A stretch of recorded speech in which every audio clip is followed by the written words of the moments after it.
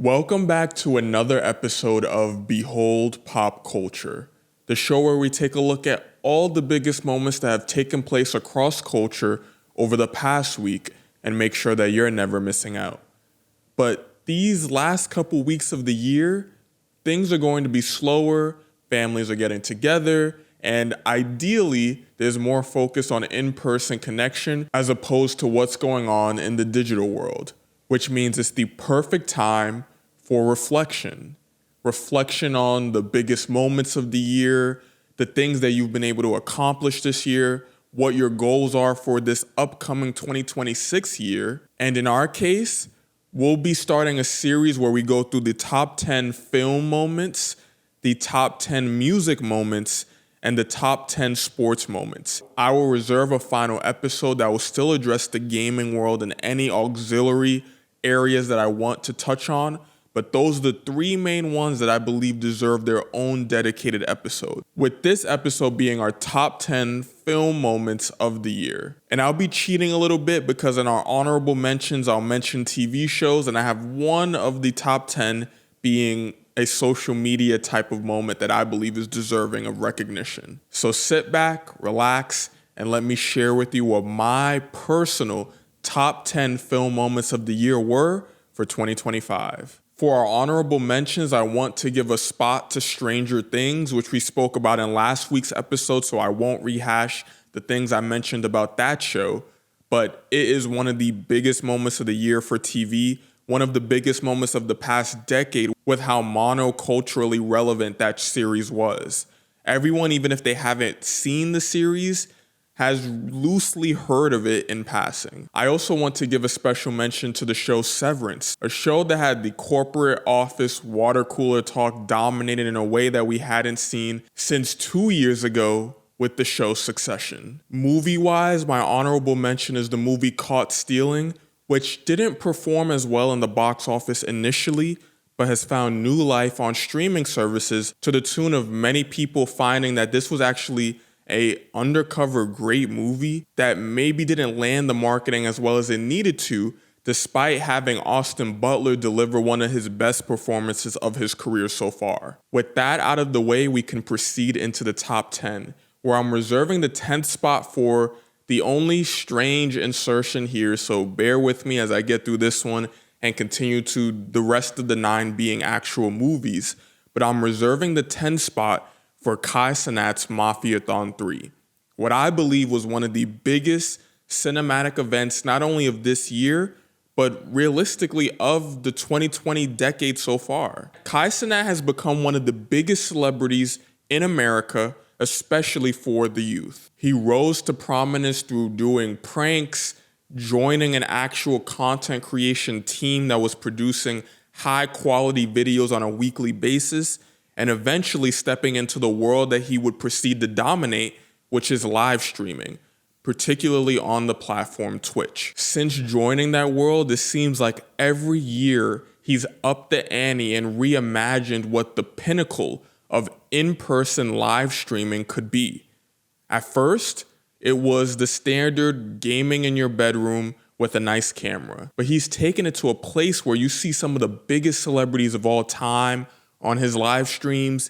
He's jumped out of a plane, brought live animals, magic, sports events, live stream team-ups. You name the event, Kai Cenat has found a way to execute it. And the biggest scale that he could possibly actualize became Mafiathon 3, when this year, Kai Cenat streamed nonstop from the beginning of September to the end, hosting a range of celebrities from Mariah Carey to Kim Kardashian to LeBron James and many more. 24/7, the cameras were on him, and he had to invent new activities to do every single day. One of the most challenging accomplishments that any streamer has ever done, any entertainer for that matter. Streaming for an entire month and having high quality content coming from each single day, getting people who are watching the stream all day long, but yet Kai Cenat pulled it off.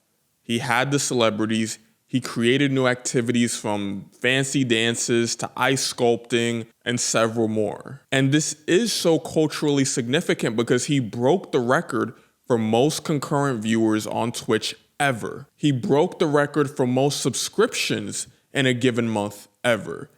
He shattered the Twitch viewership records by such a large margin that we might never see these records broken again. This is to the tune of, in basketball, you may have heard of Wilt Chamberlain, who's been immortalized because he set basketball records that are so enormous that people don't even believe that they actually happened anymore. Or in football, Tom Brady getting 7 championship wins, something that will be nearly impossible to break. Michael Jordan was known for having the 6 rings. That was the pinnacle that people viewed for the basketball world. And Tom Brady got one more than him in the sport that might be the most difficult to win a championship in. So Kai Cenat became that for the live streaming world with Mafiathon 3. So while we can acknowledge it being worthy of a top 10 spot because this was the crowning of the GOAT of live streaming, it also begs the question of what's next. Has he completely capped out the ceiling of what live streaming can be? Massive celebrities, Mr. Beast type of spending on events, bringing friends, family, motivational speeches. How can you even conceptualize an event bigger than what he accomplished with Mafiathon 3? So especially if this ends up being written in history as the biggest and greatest live stream of all time, putting it at the 10 spot may have even been selling it short. But this is a top 10 film moments list, so I wanted to reserve the rest for movies, which brings us to the 9 spot with the movie F1. This wasn't just a racing movie. This was the big budget acknowledgement that F1 racing is no longer a niche sport, because Apple TV opened their wallets and got the big name Brad Pitt to headline a movie about F1 racing, acting across from Damson Idris, one of the hotter young actors coming up because of the success of his TV series, Snowfall. It perfectly landed at the intersection of sports fans and cinema fans because the actual sport of racing is so cinematic with every twist and turn naturally. So all that it took was translating that over to movie cameras. F1 has now become a worldwide fandom where it feels like with every turn you're driving to survive. And with celebrities now frequently popping up at these events, the film world saw it as a perfect opportunity to leverage a new global IP that's developing. Something other than the superheroes and video games that we've been seeing them invest in. It's an evolution in the world of sports cinema. In the last 5 years, F1 has ascended to a luxury sport, one that Apple themselves decided to invest a large sum of money into claiming broadcasting rights to view the sport. It's an event now where people can show off their fashion, go to as a tourist attraction, and it's slowly building up a social media obsession over the sport. One that I think will take a further leap once Apple's deal kicks in and they start to make more decisions about how to upgrade the viewing experience for people at home. But when we take it to the movie, they actually shot it at real F1 events. Real cars, real drivers integrated into an actual race background. This is almost unprecedented for sports filmmaking. Typically, you use CGI to recreate what the atmosphere would look like, but to get the atmosphere captured from actual events brought a new level of realism for the movie. And that's especially relevant when 90% of blockbusters coming out today are leveraging high budgets for CGI and tons of green screen effects for most of the scenes. F1 capturing that real danger, real speed, actually putting you into the driver's vehicle with the drivers was a breath of fresh air. Similar to how Top Gun Maverick, which was one of the most successful movies of all time, was able to put you into the planes and feel like you were right there executing the stunts. Something that is, at this point, a signature look for Tom Cruise, who we'll be talking about later. And naturally, within the sports world, people are obsessed with the behind-the-scenes storytelling. F1 was able to integrate politics, money, ego, success, failure into this story, headlined by just one of the greatest actors of all time in Brad Pitt. So naturally, there was great acting in the movie to supplement what was an actual cinematic experience watching the movie. So as you're falling in love with Brad Pitt's aging driver comeback story, you're simultaneously going through actual emotions, feeling what it's like to be in the cars. And from what I've seen, hardcore F1 fans felt like it did it justice. Like it actually represented what the world of F1 is like. From the politics of the teams, the strategy of the races, and the actual engineering precision that's required to win, it wasn't a caricature. It was a love letter. So Hollywood took the bet on this global sports IP, and for younger audiences, it represented emotions that many of us feel. The duality of wanting your passion and purpose overlapping, reinvention after mistakes and failures, and the loneliness that can come with ambition while simultaneously trying to find your identity in a community. So this was a great accomplishment for the world of sports storytelling, and it was one of several movies that continue to make the big screen of Hollywood feel alive again. Which brings us to number 8, the movie Mission Impossible: The Final Reckoning, the conclusion to the Mission Impossible series that's been going on for nearly 30 years. It was a joyful moment because you get to see the culmination of that much work in a conclusion that it seemed like everyone who participated was satisfied with. But it was also a moment of sadness because this just might be the end of Hollywood's practical stunt, human-driven global blockbuster phenomena. Now, today, with the age of AI seemingly going to be able to recreate stunts realistically for a much cheaper price, we might not see actors like a Tom Cruise willing to actually execute stunts and potentially break bones, get injured in other ways. Because if AI can recreate me jumping off of this building, why would I do it, let alone pay a stunt double to do it? For nearly 30 years, Mission Impossible has stood as the pinnacle of real stunts in a live action movie. Real danger, real stakes. Tom Cruise in the movie before this one drove a real motorcycle off a cliff to parachute on to, in the movie, a running train. Tom Cruise consistently insists to actually perform these stunts in real life and never sell the people who are paying money to see his movies short. Unintentionally, it might go down as one of the more anti-AI movies that you'll find, with its desire to be so realistic. As I was watching the movie, I felt like I was watching the end of the last action superstar who was crazy enough to actually do the stunts. He has an obsession for athletic filmmaking, a niche that the only other name that personally comes to mind for me of someone who could do that was Jackie Chan, at least to this level of multiple blockbusters doing it. It's almost as if Tom Cruise was a real superhero for pop culture. It would be harder for me to come up with things that he didn't do than things he actually did. Hanging from planes, underwater scenes, driving a motorcycle off a cliff like I mentioned. It's a level of spectacle that every time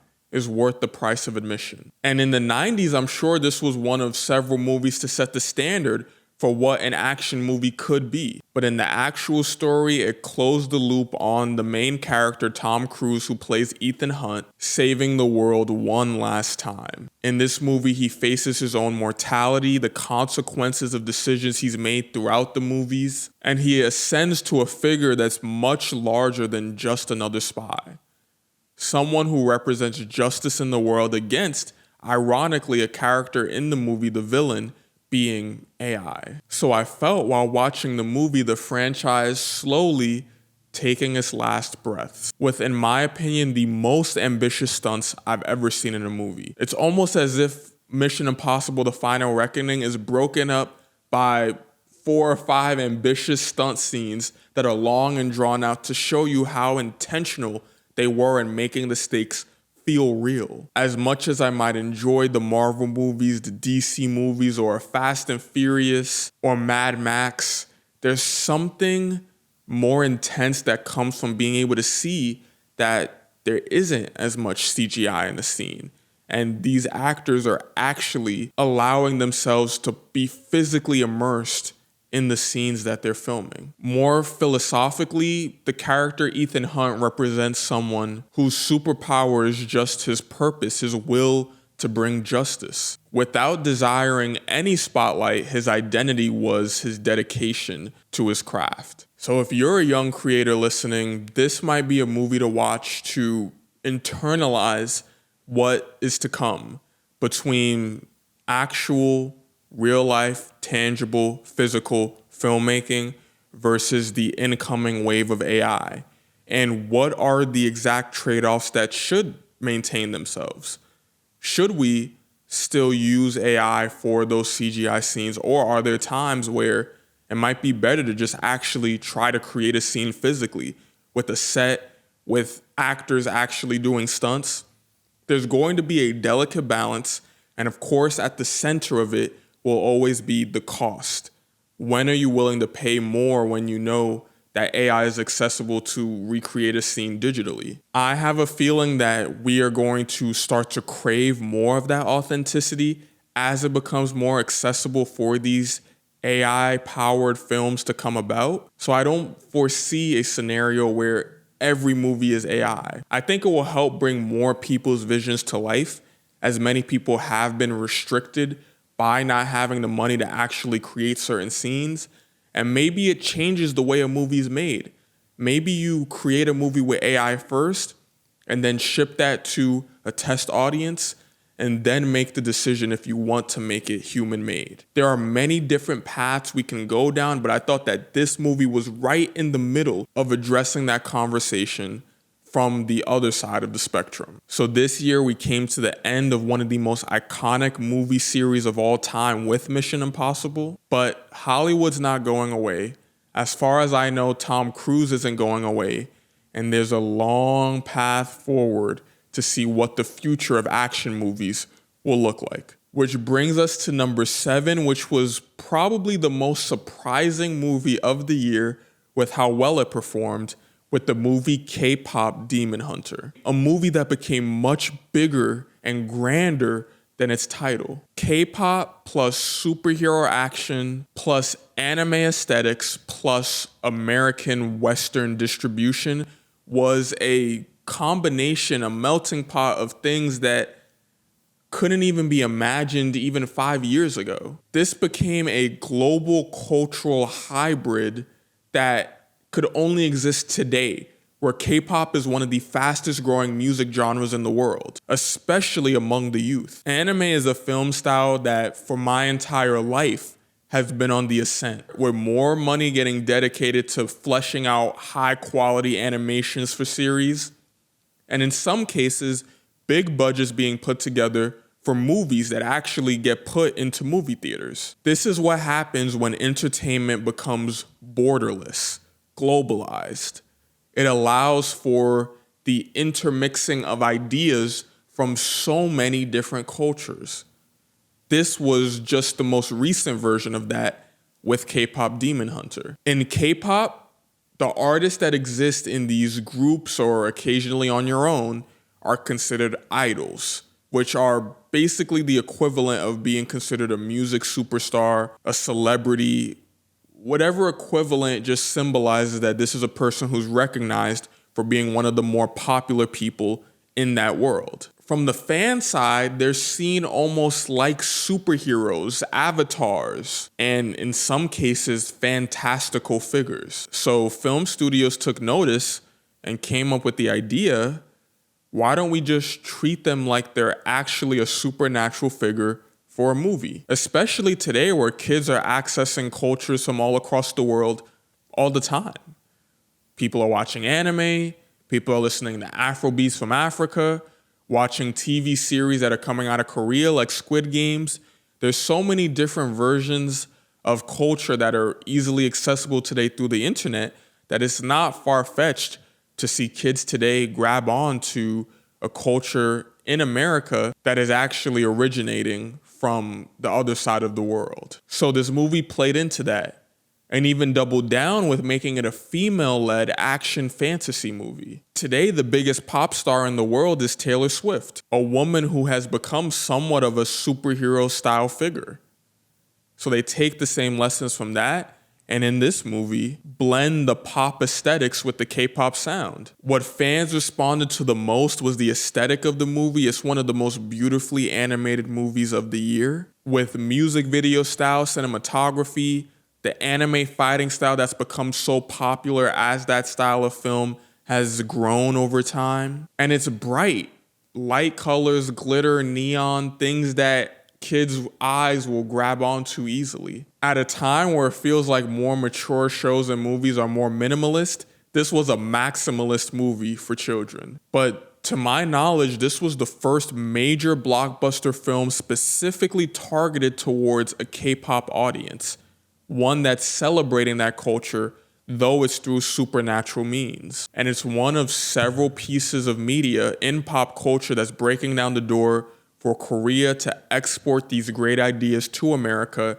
and vice versa. So if you're particularly well versed in K-pop, there might be an opportunity emerging now for you to capitalize on that, with it being so hot, so commonly known in the zeitgeist of the world right now. Studios are dying to be able to replicate BTS's influence, Blackpink and Jennie's recent rise, and the worldwide growth of anime that's seemingly uniting people of all different languages and culture for, in my opinion, some of the best stories that have been told in media of the post-2000 era. Because the world doesn't care about having the best American story. They care about having the coolest and most well-resonating stories that anyone can find. So this was a peak pop culture fusion that worked into not only becoming one of the most popular movies of the year, but also the soundtrack to the movie was one of the best-selling soundtracks of the year, with several songs going viral. Global youth culture is reshaping the way Hollywood is operating, and that will be especially interesting if, which we won't talk about in this episode, Netflix goes forward with purchasing Warner Brothers Media, and that shifts the way that movies are going to be made going forward. So this movie was a great representation of the fact that Hollywood is no longer just centered in America. It's a global market where you have to consider how it will resonate with multiple audiences, and K-pop, the music genre, is now evolving into a cinematic universe of its own. At 6, we have a movie that had millions of people coming out of the theater thinking, what did I just watch? And that is the movie Weapons, a cryptic societal mirror horror movie that was an original screenplay that became the talk of the town for the time it was in the movie theaters. The movie came in the form of a murder mystery style, but in this case it was about how an entire class of students disappeared in the middle of the night. But it tells it in a fractured way. Instead of going chronologically, it tells it in the sequence of different perspectives from different people in the town where this happened. And with each perspective, you get more pieces of the puzzle to figure out who is at fault. But as you're going through the story, it's unsettling. There are jump scares, and there's a moral panic that is meeting an American mythology story as it quickly becomes a mystical, magical, supernatural force that's at fault. And in this film, it chooses to use the word weapons as a social commentary on some insidious things that can take place and have taken place in the real world. It is one of those movies that's begging its audience to decode it after you watch it. The kind that sparks Reddit theories, film breakdowns on YouTube, or in some cases, whole essays from college students that might be intrigued by the idea. As I mentioned in our Halloween episode, oftentimes horror movies can be a reflection of what's going on in a society in a given period of time. And in this case, the movie chose to reflect some social anxieties that exist today. And it got an extra boost because, like I mentioned, people are craving original movies today. We got so overwhelmed with the Marvel, DC era that was great and are some of my favorite films to have ever been put out. But it is a breath of fresh air when someone takes an original idea and executes it well. And what makes it even better is when it's a little bit polarizing, when there are people who are going to go and not love it, but the people who do love it are passionate about it. So some people thought it was brilliant, Some people thought it was ambitious but fell short, and there is a large population of people that just found it confusing altogether. But in all three factions, it created conversation. That's how you become culture, not a safe 6 or 7 out of 10 movie. The cast featured several recognizable actors, and horror fans gave it credit for elevating the genre of conceptual horror, where the idea of how horrible something could be is scary. So a movie that rewards your desire to discuss the things you enjoy with other people had to have a place in this. Even though I don't think it was a 10 out of 10 movie myself, I thought it earned the credit to be on the list with an original idea that I could see the vision and understand that they took the risk and executed it well. It allows studios to tell creators, don't be scared. Make some weird movies from time to time. You never know when it might actually resonate with audiences. Horror has probably been the most consistent genre as a place of experimentation. The one genre where people feel free to operate with small budgets and just test what they think might scare people. And like many others before it, Weapons was divisive in its release, but still remembered, allowing it to potentially move forward as a cult classic movie. But now we move into the top 5, where I think these 5 movies were not only phenomenal, but shifted culture forward in some way, shape, or form.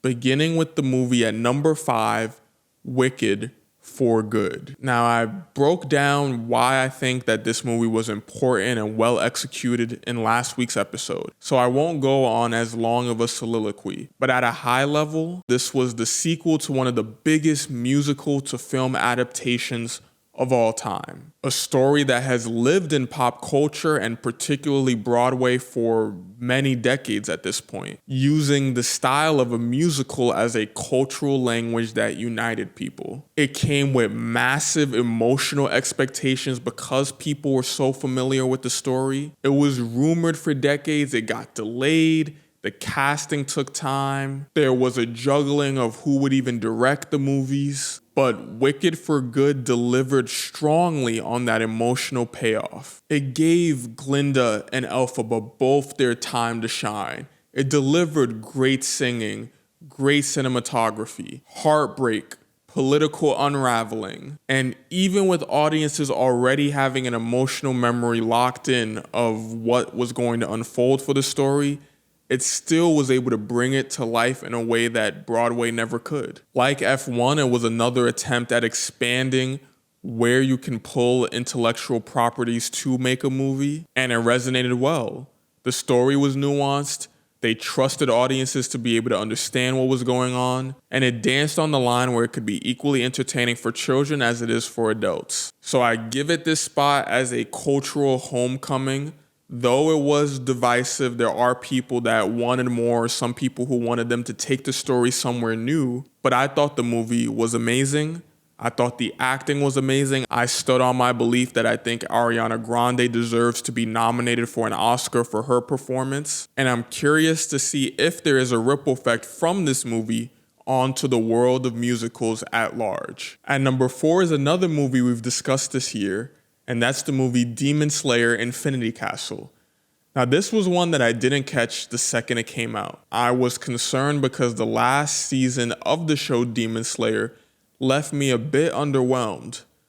But now I understand that that was all in preparation to deliver the cinematic anime moment of the year, which was Demon Slayer: Infinity Castle. This is the anime equivalent of an Endgame style arc to a series. The final season broken down into 3 movies, with this being the first installment to let you know things are about to go down.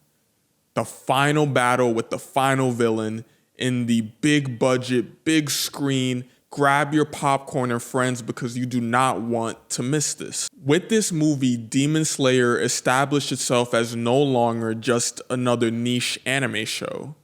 It elevated into the mainstream, with this being one of the highest grossing movies of this year. Yes, alongside live action movies and Disney movies like Zootopia. So like Endgame, Infinity Castle is the culmination of everything fans have been waiting for with this series. And it's especially relevant because Demon Slayer rose to becoming a global phenomenon, with this not being the first movie that it put in theaters.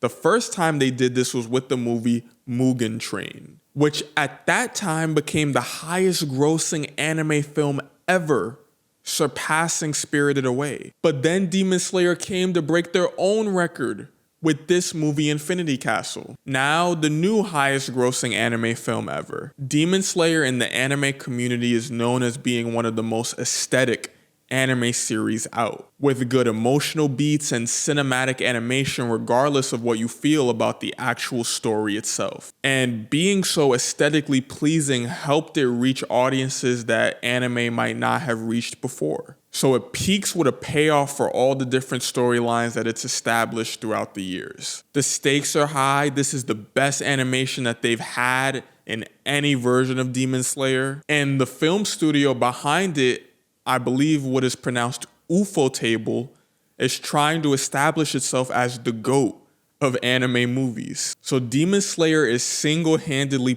pushing the culture of anime forward into the mainstream, with it being one of the major blockbuster movies of the year. It's opening the door for its peers in Jujutsu Kaisen, Chainsaw Man, and several others who also had theatrical releases this year. And it's opening the door for, in the future, a huge big budget movie to be made in an anime style. Now, if you want to know about my feelings to the particulars of the story, you can watch the episode where I spoke about it. Long story short, I thought the story was phenomenal. One of my favorite things to see in a movie like this is being able to make the audience sympathize with the villain. And it took the time to flesh out a roughly 30 to 40 minute backstory to a villain that otherwise seemed inherently evil, to make you understand why he is the way he is now. Myself and many fans alike came away from this movie ecstatic and optimistic about what's to come with this trilogy, with now 2 movies remaining. And Infinity Castle, in my opinion, will mark the most influential run for an anime series since Attack on Titan, cementing itself in anime history, as Demon Slayer is flexing its ability to unite global audiences around a compelling story. Now at number 3, we have one of the most iconic characters in human storytelling history, and that is a man by the name of Superman, as this year we got the most recent reboot to DC's Superman series. Superman at this point is larger than life. He is a mythical creature that people will get genuinely upset about when you misrepresent who he is. The DC universe handed the keys over to James Gunn, the man who's credited behind the success of the Guardians of the Galaxy series, to decide exactly what vision would put DC in the best position to succeed in the live action film industry. But in a superhero fatigued world, how do you still get the stories to resonate? Well, since the beginning of the Superman story back in the mid 1900s, Superman was always meant to be representative of a mirror to American society at the time. He started as a figure of optimism and wonder, transitioned into nostalgia and heroism for those who were coming out of an era of wars starting to cool off. Then in the 2010s, it was facing existential anxieties, especially with the rapid growth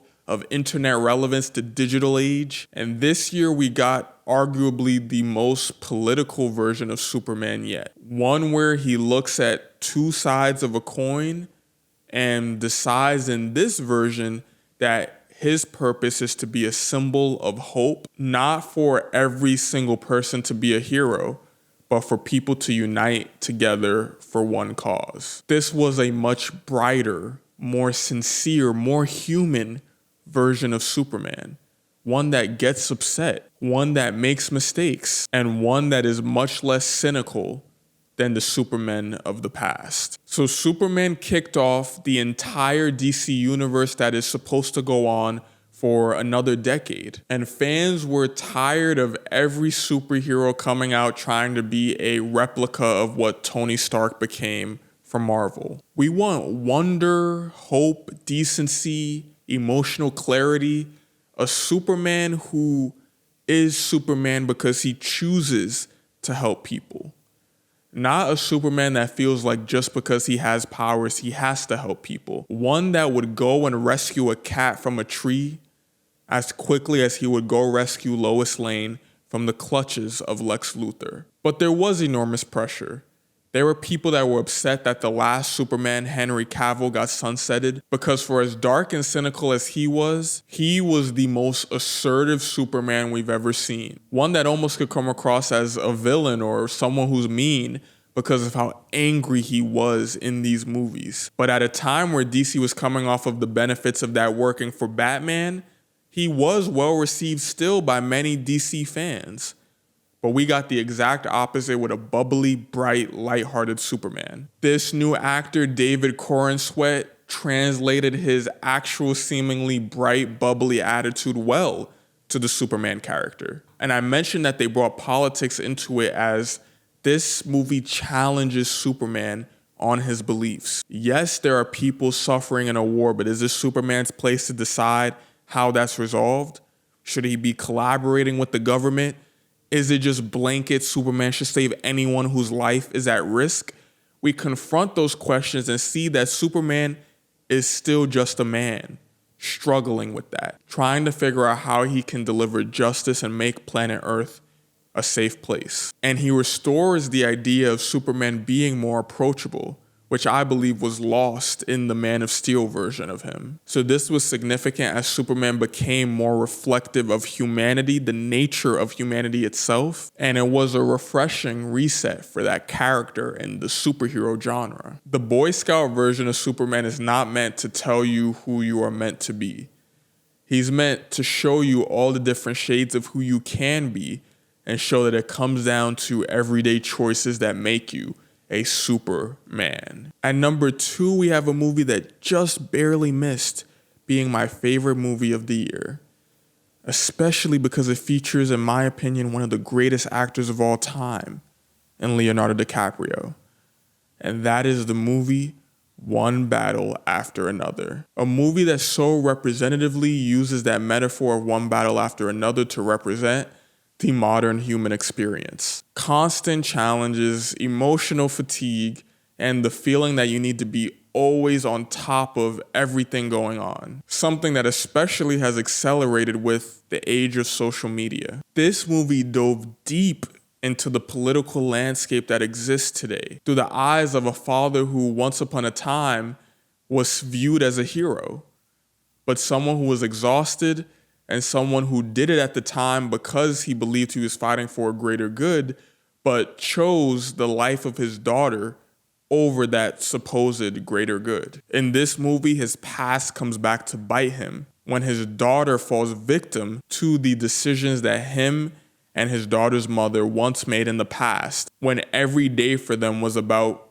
fulfilling their political agendas. But what made the movie so breathtaking was the performances of the actors in the film. It was a star-studded cast, but every single actor with a major role was charismatic in their own unique way. So it makes these politically tense conversations lighthearted throughout the film. But at its core, it's just a movie about a father trying to save his daughter and be reunited with her. This movie will almost certainly be nominated for an Oscar, possibly multiple. And it further cements that if you see Leonardo DiCaprio's name attached to a project, there's a high probability that it will be one of the best movies to come out in that year. But because we've discussed that movie as well in another episode, I reserve time for more discussion about the number 1 slot, which came out before this podcast returned, and that is the movie Sinners, the most significant movie of Ryan Coogler's career so far. Sinners took over the movie landscape in a way that even I could not foresee. I had seen the trailers.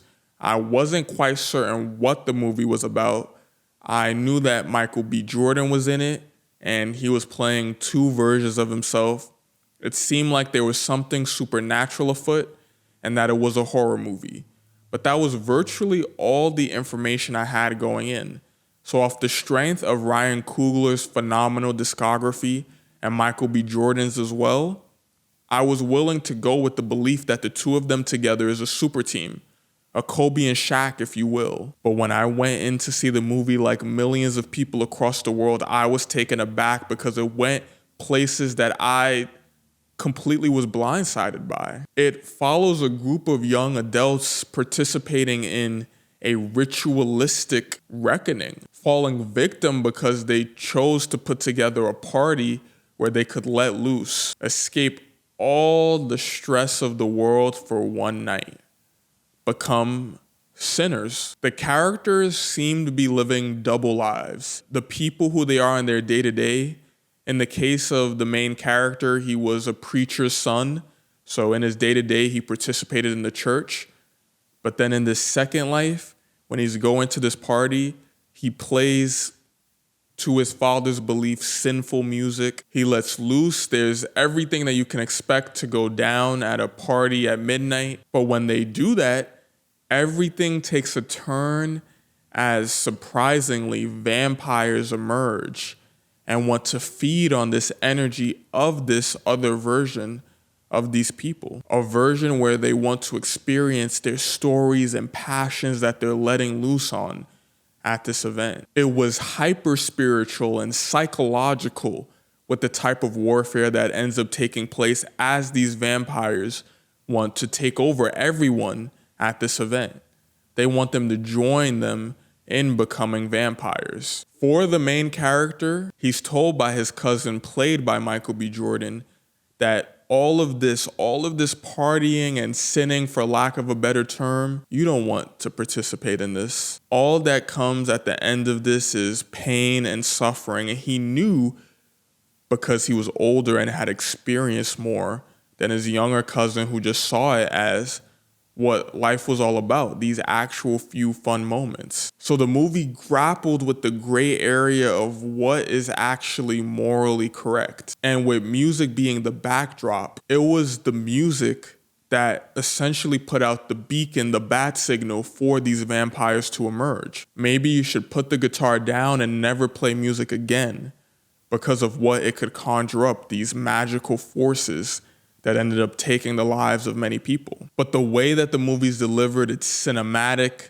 the acting, again, phenomenal, and it leaves you as you exit the theater thinking about whether sinning is as harmful as it's depicted, or if it's just representative of the human desire to have moments where you break away from your day-to-day activities, moments for you to let loose, reflect, and be with people you love. And with that, Sinners ended up becoming one of the best-selling movies of the year. It already is being acknowledged as somewhat of a cult classic because this was another original idea that Ryan Coogler worked on. And it certainly will be in conversations for Oscar season on several fronts, making it beyond deserving for the #1 spot for the Behold Pop Culture Top 10 Film Moments of the year. And with that, I'd love to hear what your thoughts are. Do you disagree with my list? Are there movies or moments that you wanted to bring up that you felt were similarly culturally relevant, move things, change the dialogue around the people that you interact with? Feel free to share. Look out for next week, where we'll get to dive into the top 10 music moments of the year. I'm excited to share with you my list for that, and I hope you have a great week. This is Behold Pop Culture.